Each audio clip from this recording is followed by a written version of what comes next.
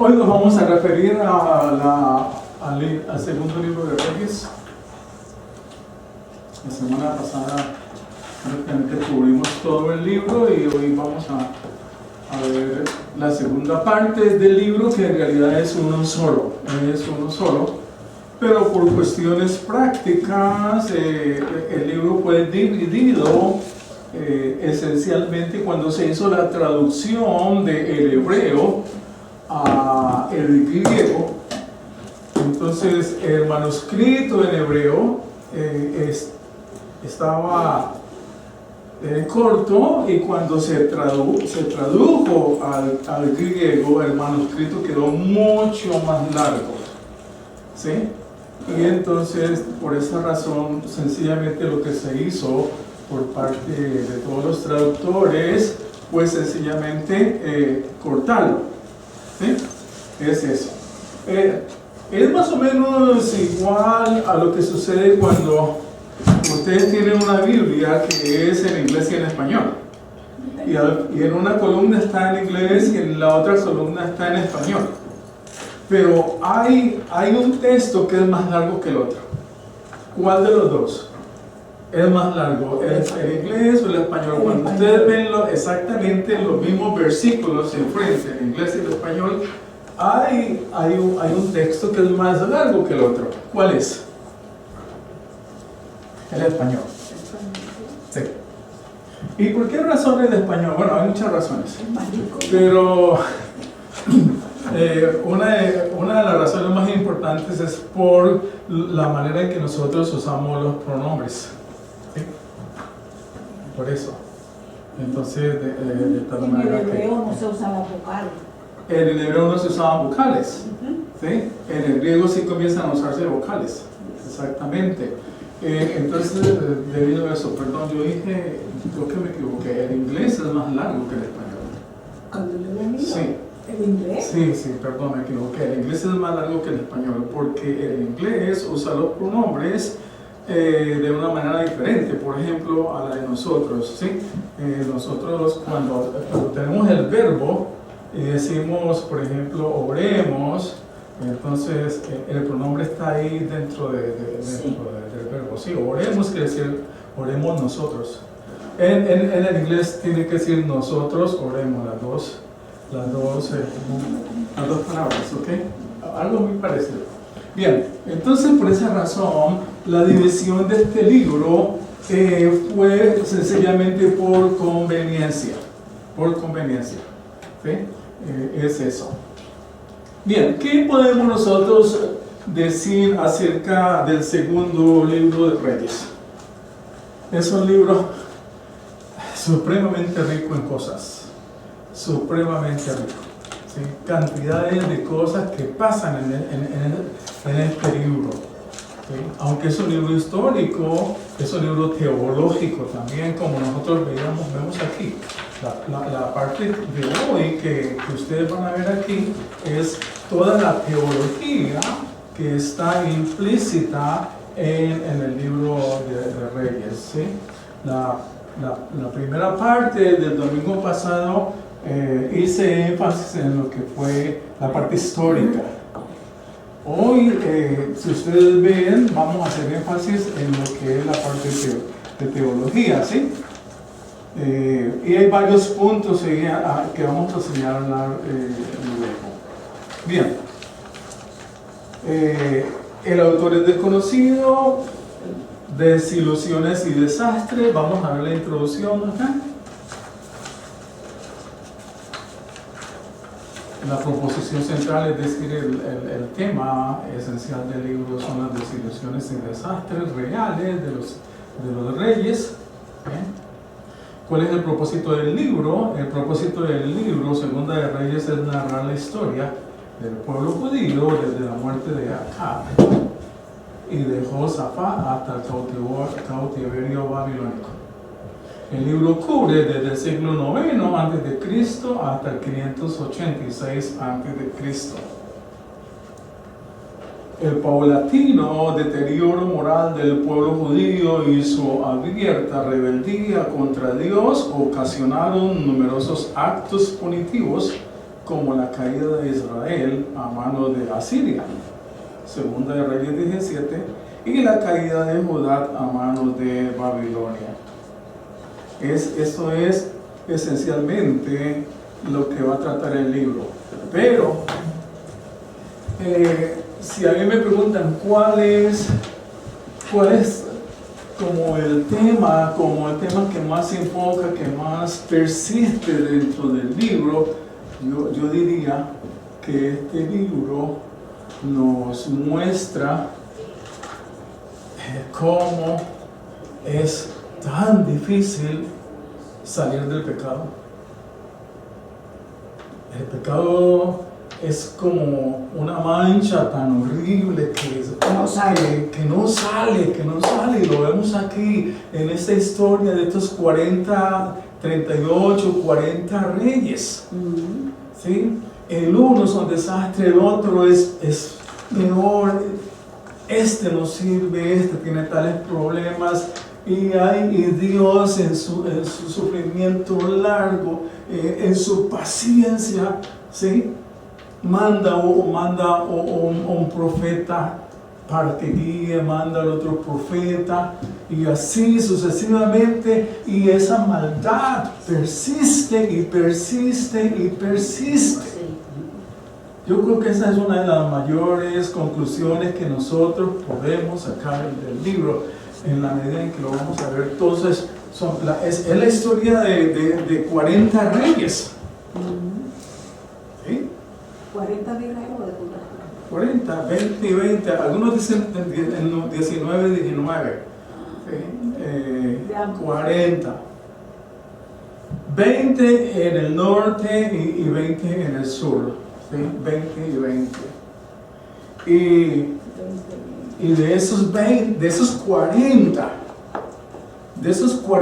reyes, la Biblia habla que de esos 40, ¿saben ustedes cuántos realmente dieron su corazón y amaron fervientemente al Señor? De 5 a 6. ¿Cuántos? De 5 a 6. 8. David, Salomón. 8. Sin contar 8. Estamos hablando de todos los reyes de Judá y de Israel. ¿Sí?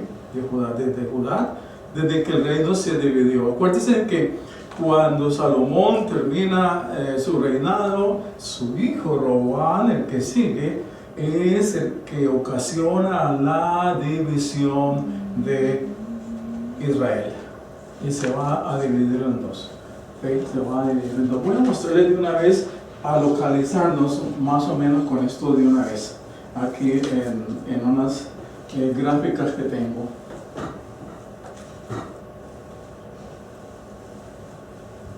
Bien, este es el reino dividido, acuérdense, la parte del norte, ¿sí? Se va a llamar con el nombre de Reino del Norte, más comúnmente con el nombre de Samaria, o Israel. ¿Sí? Acá están los límites, estos son los límites. Esta pequeña parte de acá es Judá, es el reino de Judá, que abarcaba ciudades importantes como Jerusalén y Belén, ¿sí? Lo mismo que Hebrón, ¿sí? Acá, esta parte, el reino de Judá, ¿sí? Para 10 tribus, la tribu de Judá, la tribu de Benjamín, y la parte de acá para las otras 12 tribus, ¿sí? De esta parte del norte de Israel, aquí gobernaron 20 reyes. ¿Saben, según la escritura, cuántos reyes siguieron a Dios, al Señor, de esos 20? Para ninguno. Ninguno. 0. Ajá. 0. Y de aquí, en la parte norte, de esos 20, 8 siguieron al Señor. 8 ya. De tal manera que estos 8 reyes, ellos hacen esfuerzos para volver a conducir el pueblo de Dios a los caminos del Señor, pero no, no pasa. ¿Sí? El gran pecado de todos los reyes, el pecado número uno fue la idolatría. Idolatría. Unos idólatras que llegaron a una idolatría que llegó algo así como en el fondo, hasta lo último, hasta usted pudiera ver los ritos paganos más bárbaros aquí. ¿Sí? De tal manera que por eso es una persistencia del error, una persistencia de hacer lo malo, y se insiste.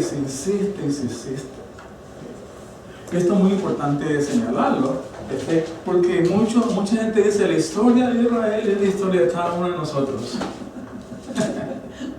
La historia de Israel es la historia de cada uno de nosotros. ¿Qué sería? La historia, Israel fue el pueblo de Dios y nosotros somos ahora el pueblo de Dios. Amén. ¿Amén?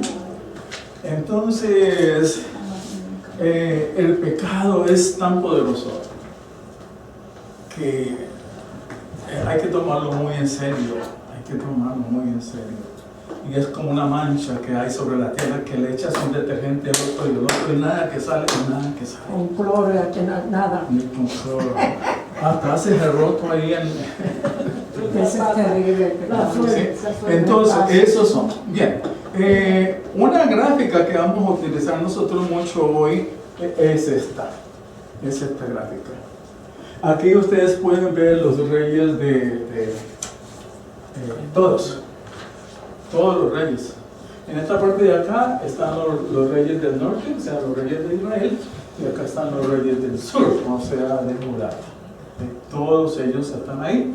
He puesto acá arriba a Saúl, a David y a Salomón, porque con ellos comenzó la monarquía, ¿verdad? ¿Sí? Lo que nosotros veamos en Primera de Samuel, que Primera de Samuel es la historia de Saúl, y luego Segunda de Samuel, que es la historia de David, y luego Salomón, que está esencialmente en el libro de los Reyes. Primera de Reyes es esencialmente la historia de Salomón, ¿sí? Y después la segunda parte del reino la segunda de Reyes es esencialmente la historia de los dos reinos y su deterioro paulatino, los esfuerzos que hace Dios con ellos. Y aquí algo que vamos a señalar también, algo muy importante. Aquí Dios envía una serie de profetas que han sido los más grandes profetas, ¿sí? Elías, Eliseo, pero no solamente ellos. Es increíble cómo en el medio de toda esta historia oscura de Israel hay hombres grandiosos. No solamente Elías y no solamente Eliseo, sino que miren, algo que sorprende aquí es que en Segunda de Reyes se habla del profeta Isaías. Está ahí, el profeta Isaías está ahí, ¿sí? No se nombra con gran importancia, pero ahí está, y ahí se introduce el profeta Isaías por primera vez. Igualmente el profeta Jonás, ahí también está. Entonces, hermanos, hermanas, es un periodo de oscuridad, pero al mismo tiempo un periodo donde usted ve hombres, profetas enviados por Dios, ¿sí? En el que Dios va a manifestar y a explicar. Nosotros vamos a ver más adelante el libro de Isaías, ¿verdad? Y aquí todavía no se presenta realmente tal como dice Dios. Bien, es eso. Entonces esto. Ahora, para que nos situemos, esencialmente, ¿qué dice mi papá? Aquí está. Entonces dice que el libro cubre del siglo IX hasta el 586 a.C.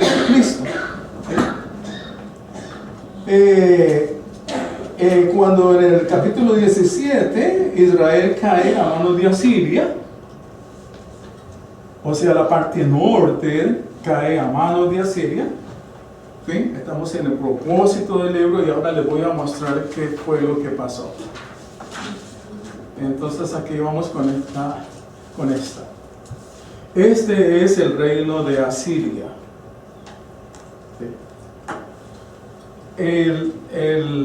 El reinado del norte de Israel cae a manos de Asiria. ¿Sí? Judá va a caer después. Pero es importante señalar cómo el reino de Asiria, según esto que he puesto acá, ¿sí?, es el primer imperio mundial. Es el primer imperio mundial. El imperio neoasirio, durante el reinado de Asarjadón, su padre Senaquerib, que vamos a hablar de él para el capítulo, creo más o menos, para el capítulo 16, Senaquerib y su hijo Asurbanipal. Estos son los tres reyes más importantes del imperio asirio. De tal manera que la parte norte, ¿sí?, esta es la parte norte, aquí ven ustedes Samaria, que era la capital, ¿sí?, la parte norte abarcaba hasta Damasco en tiempo de Salomón. Toda esta parte de acá, todo esto cae a manos del reino asirio y ellos son desterrados de ahí. Ven la parte de Judea aquí que está en amarillo, ¿sí? Yo pienso que esa parte en amarillo dice que Judea estuvo sometida a los asirios. Los asirios tuvieron que pagarle, el reino de Judea tenía que mandarle un tributo, ¿sí? Pero no la tomaron completamente ni la destruyeron, como si tomaron a Samaria y llevaron cautivo. Miren ustedes lo extenso que fue este primer reino de los asirios, que fue un reino aterrador. ¿Sí? Aterrador. Y miren, pues someten toda esta parte de acá. ¿Sí? Estaba yo viendo los mapas de cómo se fue formando esto y ellos van acá, siguen por acá y en vez de seguir todos para allá, uno dice, sigan para allá y no para acá. ¿Sí? Para que no vayan a enfrentar a Israel, sin embargo, bajaron por la voluntad de Dios. ¿Sí? Porque eso era lo que Dios quería al final. Entonces, esto es luego. Y entonces, luego acá viene la última imagen que les voy a presentar. Es cuando, como dice aquí, la caída de Judá a manos de Babilonia. La caída de Judá a manos de Babilonia.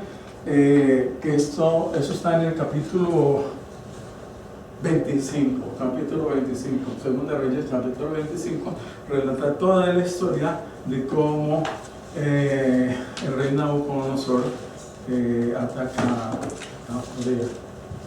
La toma. Eso está acá, creo que acá hay otro mapa acerca de eso. Sí, aquí está. Entonces, este va a ser el imperio de Babilonia. ¿Okay? Abarcaba Babilonia, todo esto. El río Éufrates, el río Tigris, la parte de Siria, Megiddo y acá Jerusalén, y llegaba hasta el norte, hasta el norte. Este es el nuevo imperio Babilonia.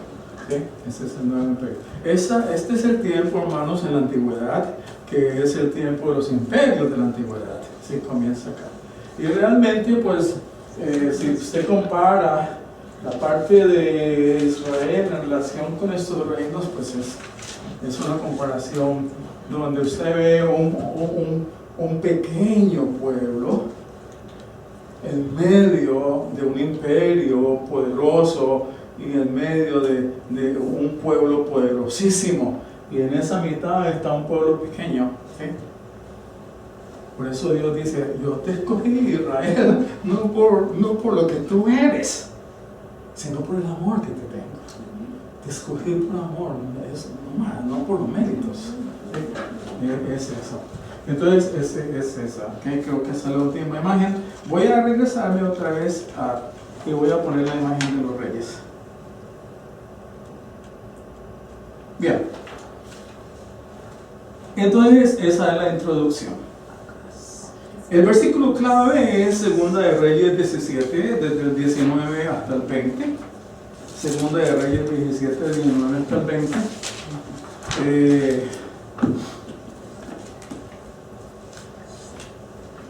Janet, ¿tú lo tienes? Lo lees por favor en voz alta. Mas ni aún Judá guardó los mandamientos del Señor su Dios, sino que anduvieron en los estatutos de Israel, los cuales habían ellos hecho. Y desechó el Señor a toda la descendencia de Israel, y los afligió y los entregó en manos de saqueadores hasta echarlos de su presencia. Después de un acontecimiento, otro acontecimiento, después de que el Señor había dado todas las oportunidades, después de que el Señor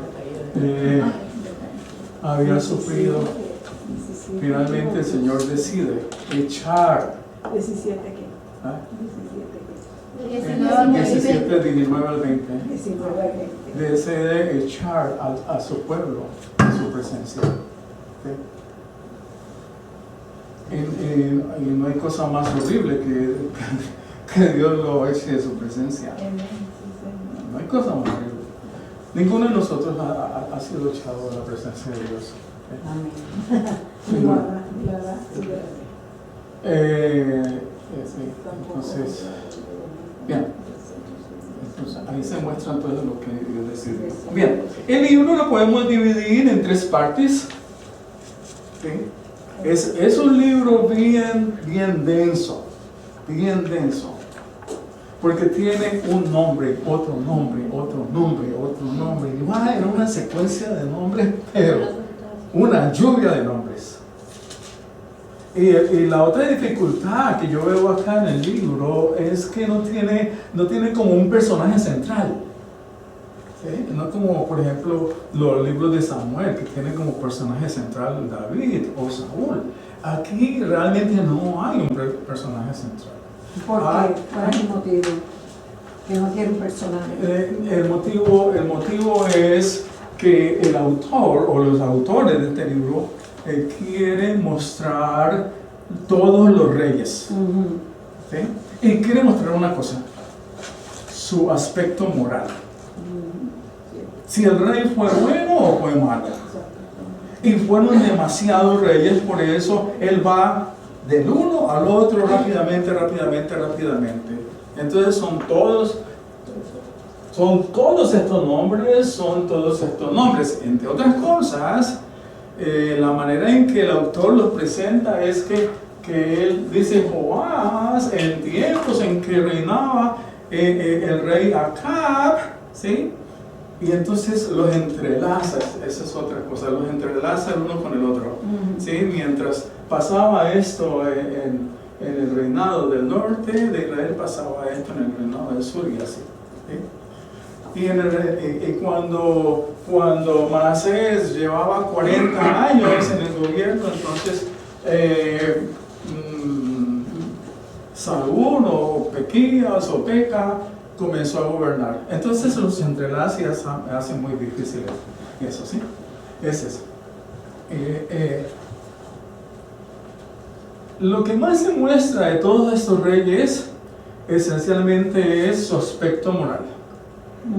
Entonces ustedes pueden ver aquí algo que se repite y se repite y se repite. Entonces dice, por ejemplo, el rey Josafat no siguió al Señor e hizo lo malo delante de Dios, ¿sí? Y siguió los pasos de su padre y se apartó de Dios. O no siguió el ejemplo de David. Constantemente van a ver eso. O dice, este rey amó a Dios y siguió los pasos de David. Este rey se apartó de Dios y siguió los pasos de Josafat. Que Josafat es el ejemplo para todos estos reyes acá, como David es el ejemplo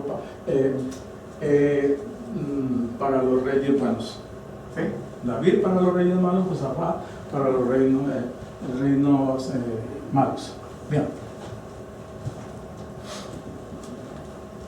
perdón, Jeroboam para los reyes malos, Jeroboam para los reyes malos, y David para los reyes. Y como dicen muchas personas, se quejan por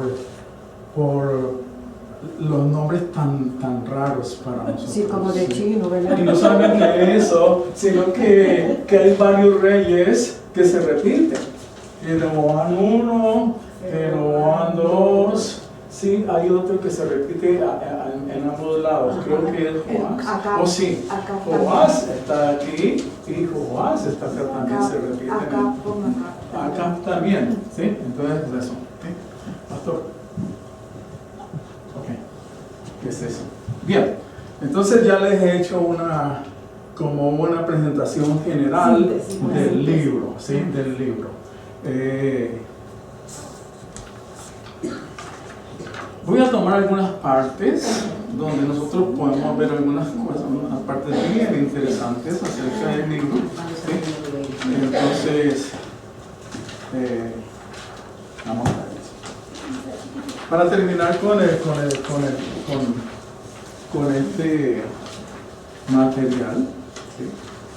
Mire qué material dice el libro de Reyes como teología. El libro de Reyes como teología. Dice primero, existen varios principios fundamentales que sustentan la perspectiva general del libro de Reyes. Estoy leyendo aquí.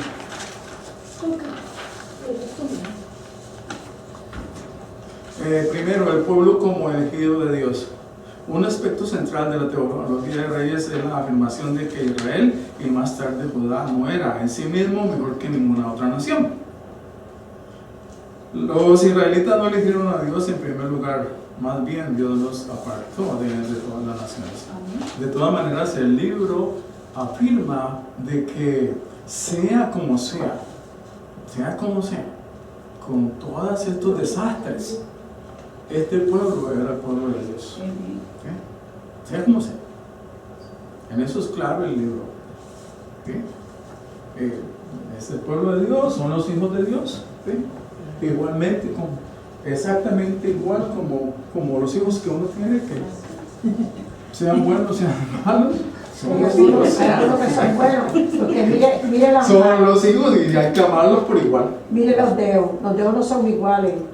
Hay unos que salen buenos, algunos salen malos, ¿verdad? Ahora por ellos. Sí. Hay que ser, aunque tengan los mismos papás, el mismo papá y la Exacto. misma mamá. Y quererlo por igual. Eso. Entonces, es eso. Lo segundo, la palabra profética. Los profetas desempeñan un papel fundamental en esta historia de la monarquía. ¿Sí? Como ya les dije. Tercero, un solo Dios, un solo santuario. Según este relato, Yahvé es el Señor del cosmos y Él es soberano de los reinos de la tierra, segunda de Reyes. Entonces, por tanto, no podía haber un santuario en Samaria, un templo de Dios en Samaria y otro templo de Dios en Jerusalén. Tenía que ser uno y Dios exigía una devoción exclusiva a Él. Una devoción exclusiva a Él. ¿Sí? Porque aquí, entre otras cosas, vale señalar algo. Una palabra que se usa mucho que se llama sincretismo. Sincretismo, que es tan común, tan común, sincretismo. ¿Sí? Que sucede casi en la mayoría de pueblos. Sincretismo consiste en hacer una revoltura de dioses. ¿Sí? Es eso, sincretismo. Una mezcla. ¿Sí? Eso es lo que significa. Eso es lo que significa. Por ejemplo, aquí cuando los españoles llegaron y los sacerdotes, los padres, los sacerdotes católicos llegaron, ellos comenzaron a enseñar la fe católica. Y los indígenas tomaron esa fe católica, pero la combinaron con toda la religión de ellos. Y de ahí resultó el sincretismo, ¿sí? De tal manera que es eso. En Cuba, por ejemplo, la religión católica se va a combinar con toda la religión de raíces africanas. De tal manera que, por ejemplo, Santa Bárbara eso es lo que adoran, es un sincretismo entre la religión africana y la religión católica. Y así con muchos, ¿sí?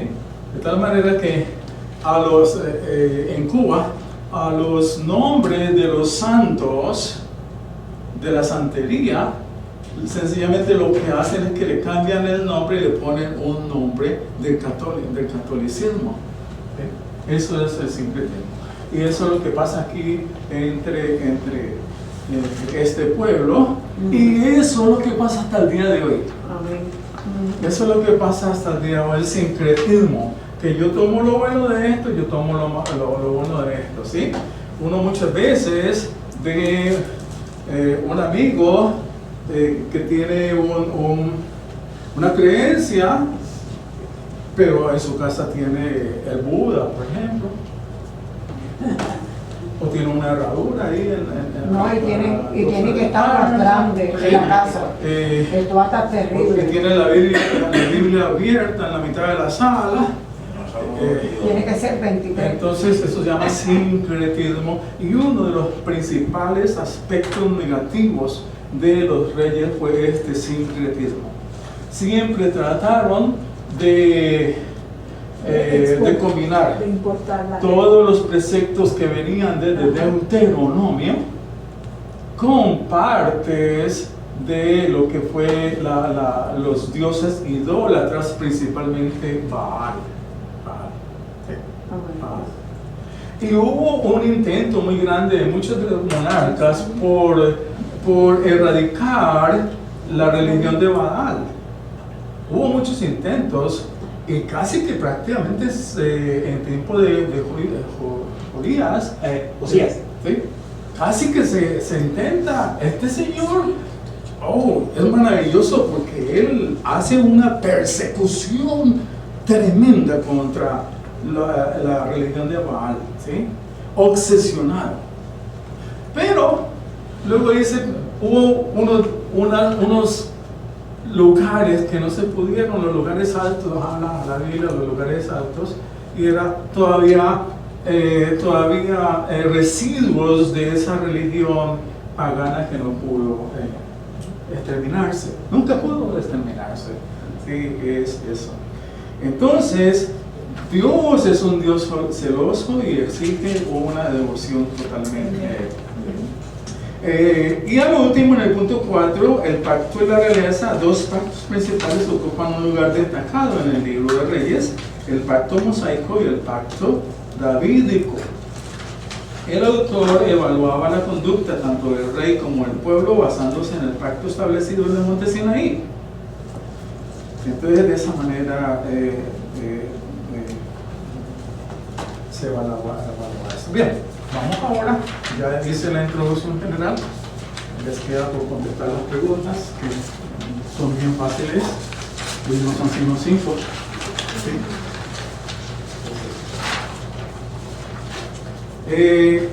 El libro es bien extenso, bien largo, no voy a hablar capítulo por capítulo, pero sí voy a señalar algunas cosas. Los primeros 13 capítulos del libro se refieren a Eliseo, fundamentalmente. Los primeros 13 capítulos del libro, estamos en la página número 373, creo. 372, ahí comenzamos, ¿sí? Se comienza cuando la misión, el llamado pasa de manos de Elías a manos de Eliseo. En el capítulo 2 creo que está un capítulo bello acerca de lo que fue Elías y Eliseo. Eliseo servía fervientemente a Elías, ¿sí? Fervientemente, él decía: para donde tú vayas yo voy, así como decía Ruth, para donde tú vayas, para yo iré, ¿sí? Entonces, en el capítulo 2 el versículo 11 dice que Elías y Eliseo, estoy en la página 371, dice Elías y Eliseo iban caminando, hablando, de pronto apareció un carro de fuego y caballos de fuego que separó a los dos. Y Elías subió al cielo en un torbellino. Eliseo lo vio y clamó: Padre mío, los carros de Israel y su gente de a caballo. Y no lo vio más. Entonces tomó sus vestidos y los rasgó en 2 pedazos. Oh, pero antes de eso se me olvidaba algo más importante, algo también importante que está un poquito antes, en el versículo 8. En el versículo 8 dice: entonces Elías tomó su manto, lo dobló y golpeó las aguas, y estas se dividieron a uno, a otro lado, y los dos pasaron por la tierra. Lo que nos recuerda exacto, el mar rojo, sí. Entonces, sí. Digamos, una versión del mar rojo, pero en escala pequeña, ¿sí? Yeah. Y luego dice, cuando ya habían pasado, Elías le dijo a Eliseo: pide lo que quieras que yo haga por ti, antes de que yo sea separado de ti. Y Eliseo le respondió: te ruego que una doble porción de tu espíritu sea sobre mí.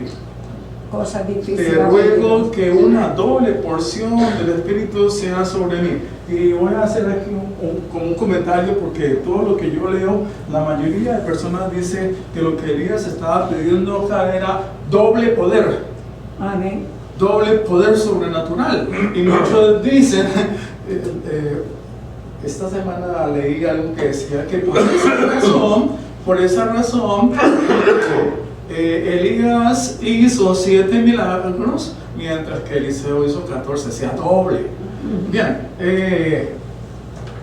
no sé, no he corroborado si fueron 14, 7, no sé bien. Sí, es verdad. Sí son más, los de Eliseo fueron más. Pero miren, doble porción es sencillamente algo bíblico. En Deuteronomio, si no estoy mal, capítulo 19, se dice que cuando se va a distribuir la herencia, ¿sí? Una de las, hay que darle al primogénito doble porción. Doble porción, ¿sí? Para reafirmar su primogenitura. Para reafirmar que Él es el escogido. Que Él es escogido. Entonces, cuando Eliseo pide esto, está pidiendo que Él es el heredero. Él es el heredero de Elías. Que todo el poder está en Él, ¿sí? Dado por Elías. Y que Eliseo es algo así como el primogénito, como el primero, ¿sí? Es sobre todo eso de que se trata aquí. ¿Ok? Bien. Y luego entonces el relato de tan bello acerca de que el Señor se lleva a Elías. Se lo lleva en un torbellino.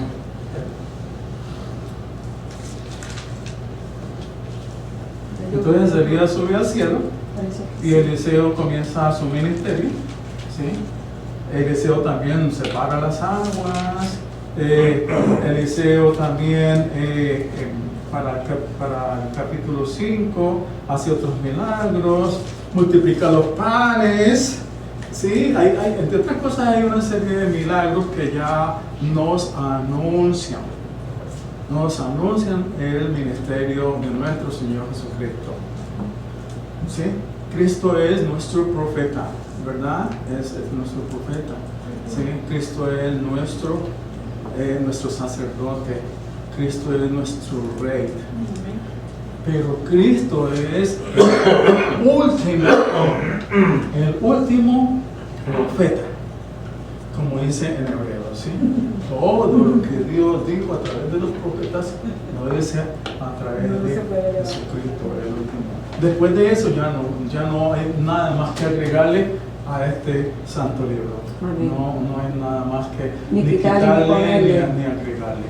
Y Bien, está ahí entonces Eliseo. Una cosa que hay que señalar acá es que los profetas que manda Dios los manda para que amonesten a los líderes, los amonesten, los enfrenten cara a cara como Elías.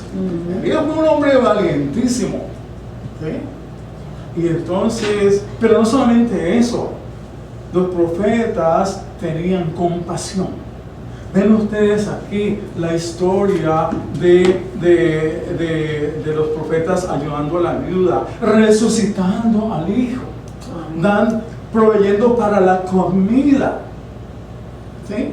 De tal manera que un ministerio de nosotros no debe de olvidar de ninguna manera al pobre, al que está enfermo, al que está en dolor. No podemos centrarnos en otras cosas solamente. Nuestro llamado también es a eso, ¿sí? Como los profetas, ¿sí? Es eso. Entonces, y luego viene la historia de Eliseo y Naamán, una historia bien bonita también de Eliseo y Naamán. Y hay un pastor que hizo como unos 10 sermones acerca de Naamán. Naamán era el capitán del ejército del rey de Aram, súper prestigioso, un hombre importantísimo, pero le dio lepra. ¿Sí? Y por la providencia del Señor, Dios va a poner a una niña a que ayude a Naamán. Una niña lo va a ayudar, y que era una niña judía, era cautiva. El ejército de Aram la había tomado cautiva a una muchacha muy joven de la tierra de Israel, y ella estaba al servicio de la mujer de Naamán. Y ella dijo a su señora: si mi señor estuviera con el profeta que está en Samaria, él entonces lo curaría de su lepra. Ahí se hace la conexión, ¿sí?, entre Naamán y el profeta Elías. Y en el caso puede que Naamán va a buscar a Elías, Naamán, sí, va a buscar a Eliseo, y lleva oro y una cantidad de cosas, y Naamán se va con su séquito, un hombre muy importante, con sus caravanas y toda esa cuestión, y llega a la casa de Elías. Pero ¿qué pasa? Y vamos aquí al versículo 11 del capítulo 5. Capítulo 5, versículo 11. Dice: pero Naamán, vamos desde antes. Al oír al capítulo, versículo 8, al oír Eliseo, el hombre de Dios, que el rey de Israel había rasgado sus vestidos, envió aviso al rey diciéndole: ¿por qué ha rasgado sus vestidos? Que venga él a mí ahora y sabrá que hay profeta en Israel. Vino pues Naamán con sus caballos y con su carro, y se paró a la entrada de la casa de Eliseo. Y Eliseo le envió un mensajero diciendo: ve y lávate en el Jordán 7 veces, y tu carne se te restaurará y quedarás limpia. Como toda persona buscando un milagro. ¿Okay? Pero, versículo 11. Pero Naamán se enojó. Se enojó. No sería porque ¿Sí? el agua estaba turbia, sucia. Y miren la razón. Y se fue diciendo: yo pensé, seguramente él vendrá a mí y se detendrá e invocará el nombre del Señor su Dios, moverá su mano sobre la parte enferma y curará la lepra. Esto es lo que nosotros muchas veces esperamos cuando se hace un milagro. ¿Sí? Maravilloso. ¿Sí? La persona que está haciendo el milagro lanza las manos, toca las maracas, hay ruido, y todo eso, ¿sí? Aleluya. Y las iglesias tienen que ser lo mismo. ¡Wow! Grandísimas, con mucho ruido, porque si no, no está el Espíritu Santo. Sí, se eso es así. Estamos mal. Miren, eso no es lo que estaba esperando nada más, que Eliseo saliera y recibiera con bombos y platillos al gran ilustre personaje. Eliseo ni se asomó. Ok. No se asomó, no tenía necesidad. Y dice acá, y se detendrá e invocará el nombre del Señor Dios, moverá su mano sobre la parte enferma. No. Eliseo no tuvo necesidad de hacer eso. Porque el poder de Dios la mayoría de veces no se manifiesta así. Porque Dios la mayoría de veces no se encuentra así. Miren, acuérdense del ejemplo de Elías. ¿Sí? Hubo el terremoto. Dios no estaba ahí. ¿Sí? Finalmente hubo un silencio y ahí estaba Dios. ¿Sí? Porque Dios se manifiesta a nosotros así. Nuestra conversión como cristianos es en esa vía. Dios nos llama por nuestro nombre en silencio. ¿Sí? Yo me acuerdo que yo esperaba que cuando yo me convirtiera yo iba a sentir grandes cosas en mí y no sentí nada y estuve por muchos años desilusionado porque yo esperaba algo bien de mucha fanfarria en mi conversión, pero nunca sucedió. ¿Sí?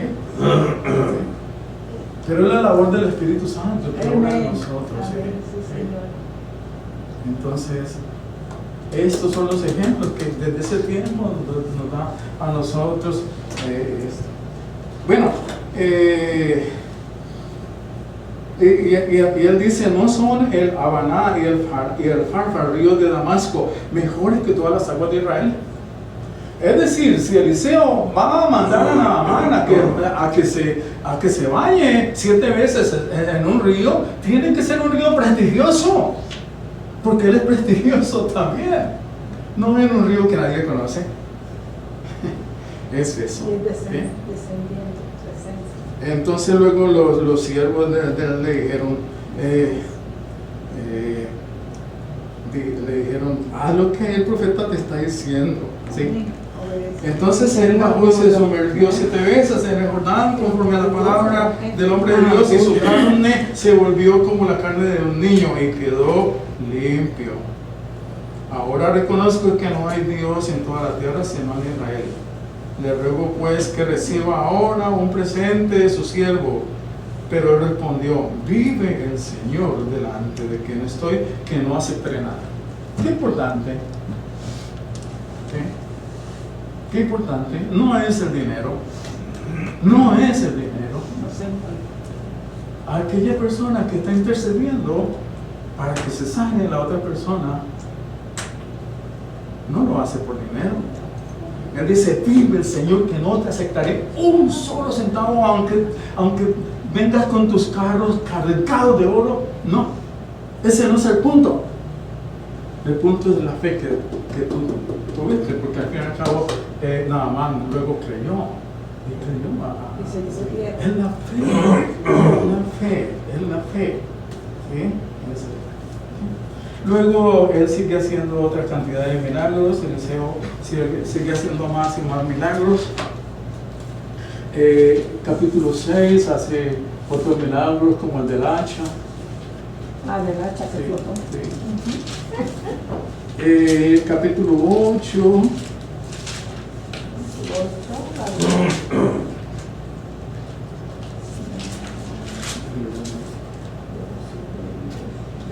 Pero en el capítulo 7, Eliseo predice abundancia de pan.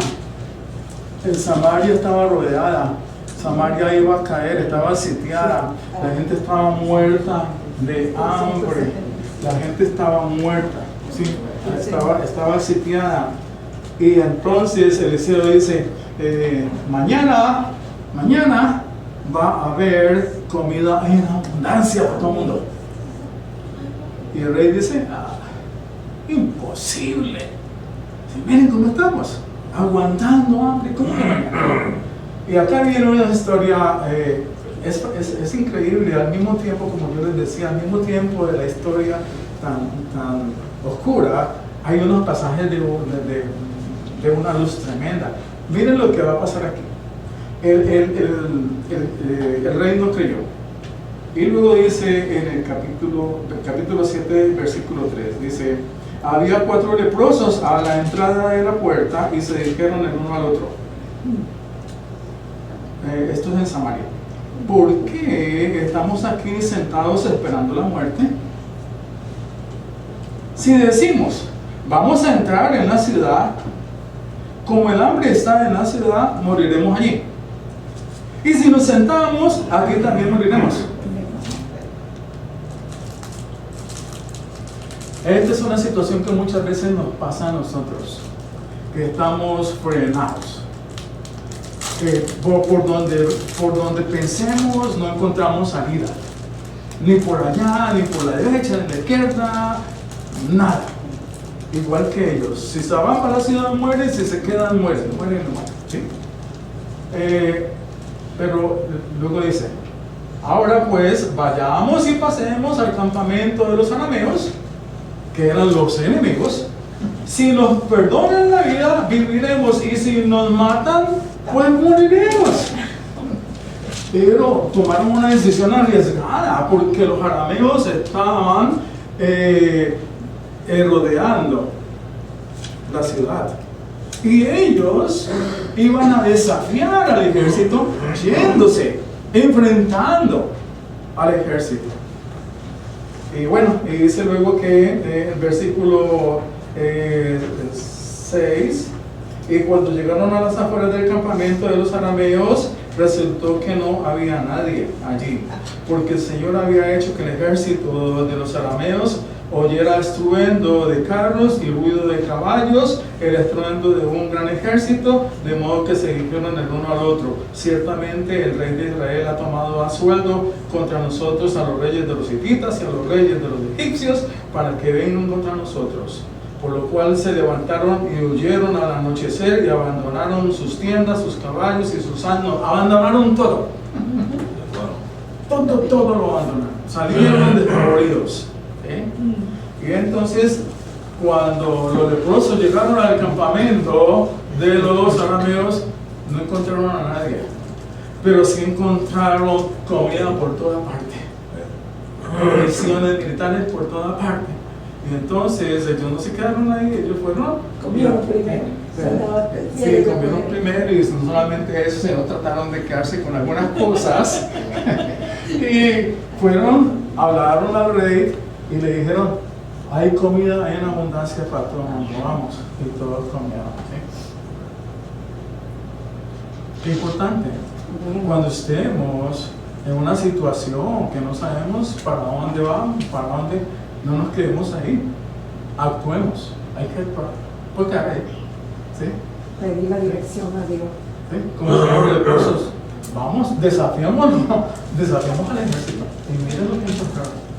Y segundo, que este rey no creyó, porque pues la situación se veía ir supremamente difícil, imposible, pero no, como siempre, como cuando nosotros hablamos de la fe, ¿sí? Que la fe es creer en lo que no se ve. Fe es eso. Entonces ahí viene también otra historia bien bonita, ¿verdad? Acerca de eso. Bueno, seguimos. Esta Biblia tiene las páginas tan delgaditas que yo no las puedo. Ok. Capítulo 8. Eliseo en Damasco. Horario Josías, Jehú, rey de Israel, del capítulo 9. Luego el capítulo 10, el reinado de Jehú, que Jehú destruyó a todos los seguidores de Baal. Jehú, hombre bien importante. ¡Qué bárbaro! Luego vemos al capítulo 11, Atalía usurpa el trono. Atalía usurpó el trono en el capítulo 11. El de Judá. ¿Ok? El de Judá. Y aquí voy a señalar una cosa al principio. Dice, capítulo 11, versículo 1, dice, cuando Atalía, madre de Ocosías, vio que su hijo había muerto, se levantó y exterminó a toda la descendencia real. Pero una cosa ya no está en la línea de los reyes del año. Algunos lo ponen, algunos otros no lo ponen, pero creo que sí.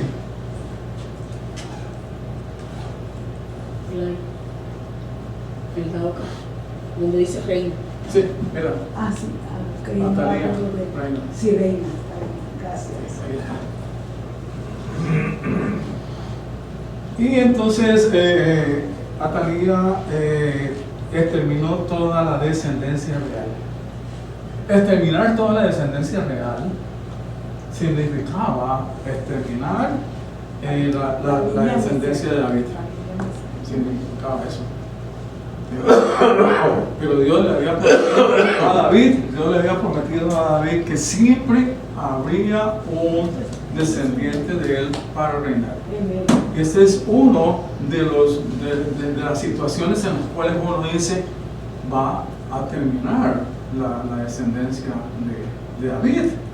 Y si termina la descendencia de David, no hubiéramos tenido a Cristo. ¿Sí? No hubiéramos tenido a Cristo. Pero miren, dice lo siguiente: exterminó toda la descendencia real, pero Josaba, hija del rey Joram, hermana de Ocosías, o sea, ella estaba ahí en el palacio. Por lo general, toda la familia del rey vivía en un solo lugar en el palacio.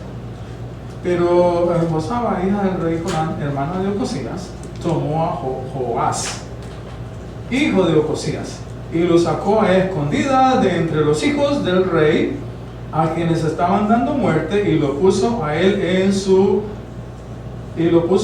a su nodriza en la alcoba. Así lo escondieron de Atalía y no le dieron muerte. Esta fue la providencia de Dios que hizo posible que esta mujer, llamada Josaba, valientemente se arriesgara y actuara en el medio de la masacre que había en ese momento por Atalía.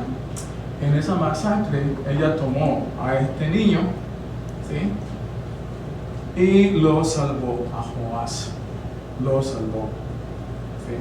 Y no solamente eso, sino que lo tuvo escondido con ella en la casa del Señor 6 años, mientras Atalía reinaba en el país. En estos 6 años ella junto con su esposo estaban en el riesgo de ser muertos si llegaban Atalía a darse cuenta de que ella había escondido a uno de los herederos de Ocosías, ¿sí?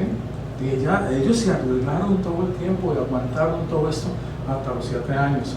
A los 7 años ya deciden abiertamente publicar que ese era el descendiente de David y lo coronan como rey.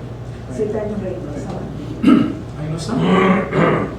¿Joás? No, que 7 años reinó esa bandida Atalía. Oh, sí, sí, Oh, wow. sí. Bien mala. Bueno, hay unos, como dicen los americanos, muy malos. A ellos les encanta ser muy malos. Ok, entonces es eso, ¿sí? Luego Joás comienza a gobernar, entre otras cosas, Joás comienza a gobernar muy niño, tenía 7 años. Por eso 7 años. Creo que es el rey que comienza a gobernar más niño. Hay otro que comienza a gobernar como a los 8 años, no me acuerdo cuáles son, pero hay uno que gobierna a los 8 años. ¿Sí? Comienza a gobernar, ¿sí? Joás hizo lo recto ante los ojos del Señor todos los días en que el sacerdote Joiada lo dirigió. Solo que los lugares altos no fueron quitados. Bien, entonces después de esto sigue entonces la historia de Samaria. Luego viene la historia de Judá, desde el capítulo 23, la historia de Judá. Pero antes, por ejemplo, el capítulo 18, ustedes pueden ver en el versículo 11 lo que fue la invasión de Sennacherib, que fue un rey de Asiria. Desde aquí comienza Siria a atacar a Samaria. Capítulo 18, versículo 13. Se habla de Senaquerib, que rey de Asiria, contra todas las ciudades fortificadas de Judá y las tomó. El rey en ese momento era un rey bien piadoso llamado Ezequías. En tiempos de Ezequías aparece el profeta Isaías en el capítulo 19.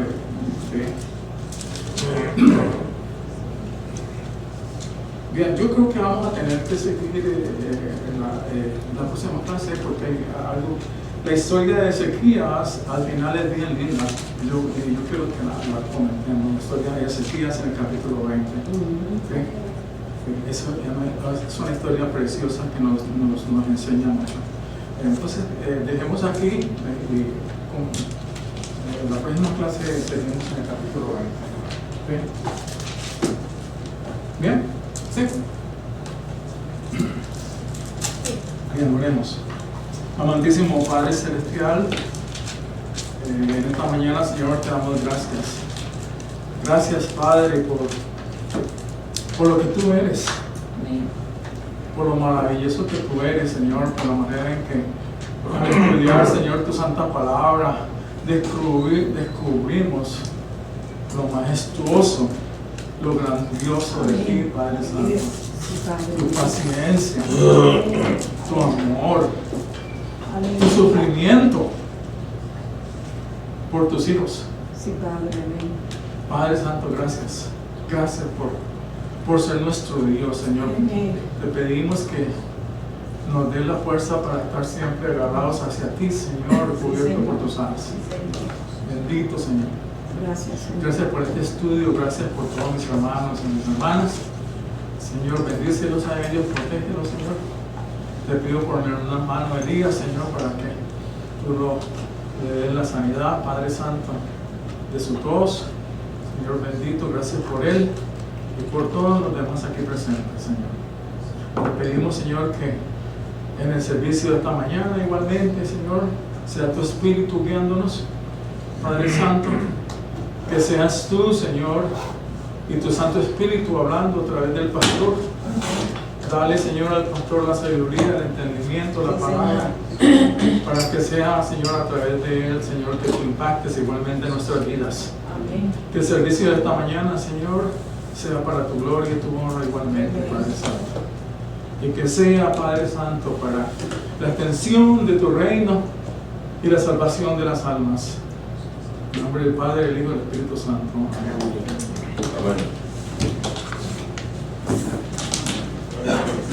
Gracias, Padre.